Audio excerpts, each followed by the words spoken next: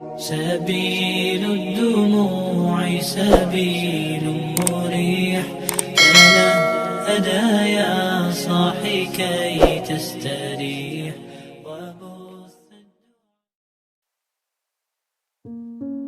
Bismillahirrohmanirrohim. Assalamualaikum warahmatullahi wabarakatuh. Syukur alhamdulillah kita bisa berjumpa lagi di channel ini. Sholawat dan salam selalu dan tetap tercurahkan kepada junjungan kita Nabi besar Muhammad Sallallahu Alaihi Wasallam. Allahumma sholli ala Sayyidina Muhammad. Harapan dan doa saya, semoga saudaraku semuanya selalu diberikan kesehatan, dilapangkan rezekinya, diampuni dosa-dosanya, dan dipanjangkan umurnya.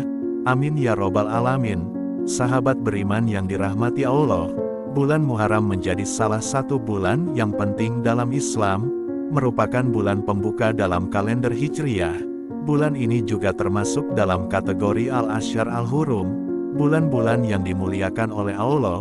Dikatakan Al-Ashhar Al-Hurum sebab terdapat larangan berperang di dalamnya serta kemuliaan berupa pelipat gandaan pahala atas amal ibadah.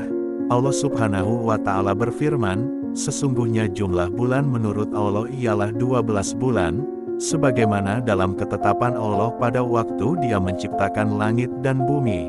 Di antaranya ada 4 bulan haram, itulah ketetapan agama yang lurus. Maka janganlah kamu menzalimi dirimu dalam bulan yang 4 itu, dan perangilah kaum musyrikin semuanya, sebagaimana mereka pun memerangi kamu semuanya, dan ketahuilah bahwa Allah beserta orang-orang yang takwa. Quran Surah At-Taubah ayat 36, Kitab Nuzatul Majelis karya Abdurrahman bin Abdi Salam As-Sakuri menyebut banyak peristiwa agung para nabi yang dikisahkan Al-Quran berkaitan dengan bulan ini.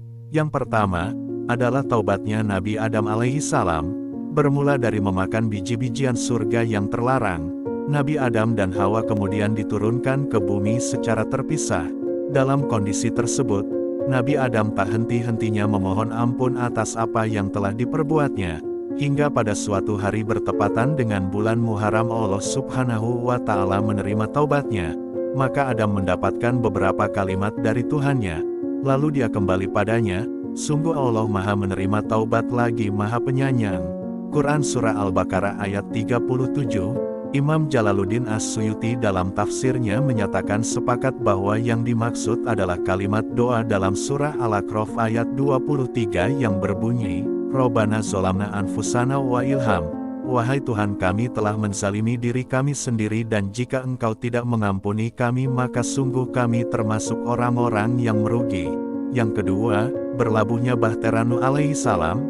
Allah Subhanahu wa Ta'ala berfirman dalam Quran Surah Hud ayat 44 dan dikatakan, hai bumi telanlah airmu dan hai langit hujan berhentilah, dan air pun disuruhkan perintah itu diselesaikan dan bahtera tersebut berlabuh di atas bukit Judi, dan dikatakan binasalah orang-orang yang zalim.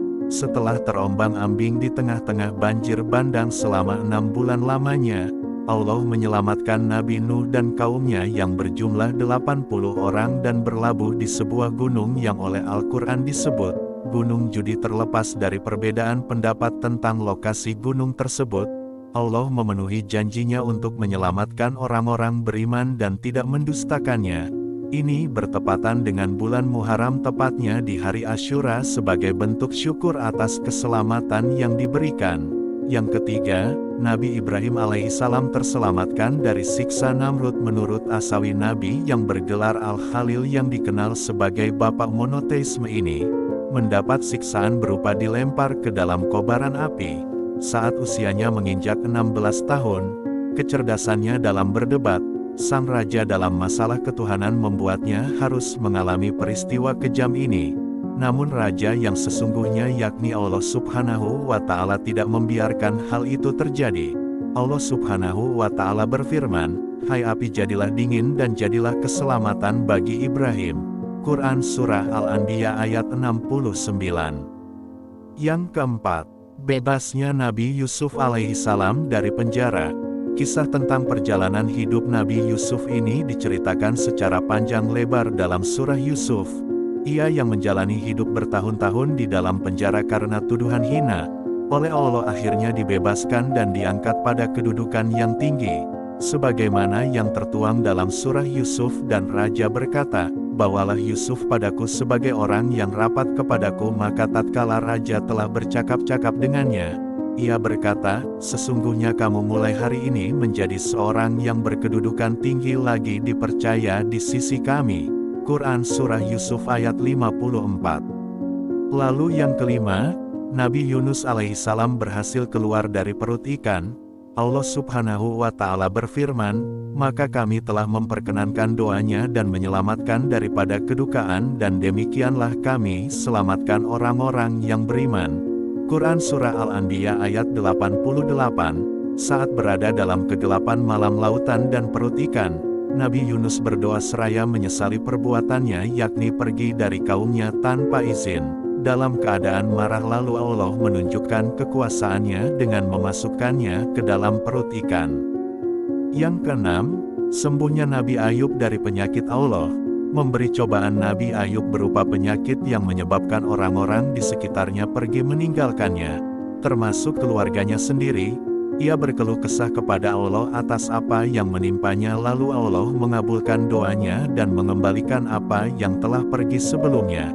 Kisah ini juga tertuang dalam surah Al-Anbiya ayat 84.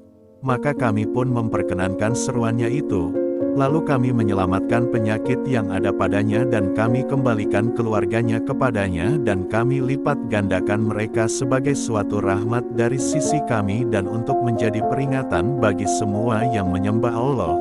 Kemudian yang ketujuh, keberhasilan Musa dan kaumnya dari kejaran Fir'aun dan bala tentaranya.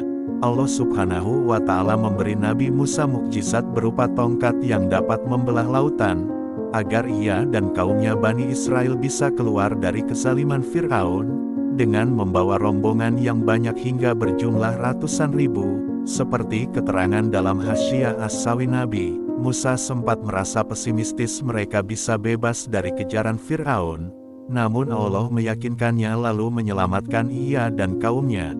Allah subhanahu wa ta'ala berfirman, "Dan kami selamatkan Musa dan orang-orang yang menyertainya semuanya." Quran Surah Asy-Syu'ara ayat 65. Sahabat beriman yang dirahmati Allah, demikian 7 peristiwa besar bersejarah di bulan Muharram yang diabadikan di dalam Al-Quran. Wallahualam, demikian yang bisa saya bagikan. Semoga bermanfaat untuk kita semua. Amin ya robbal alamin. Assalamualaikum warahmatullahi wabarakatuh.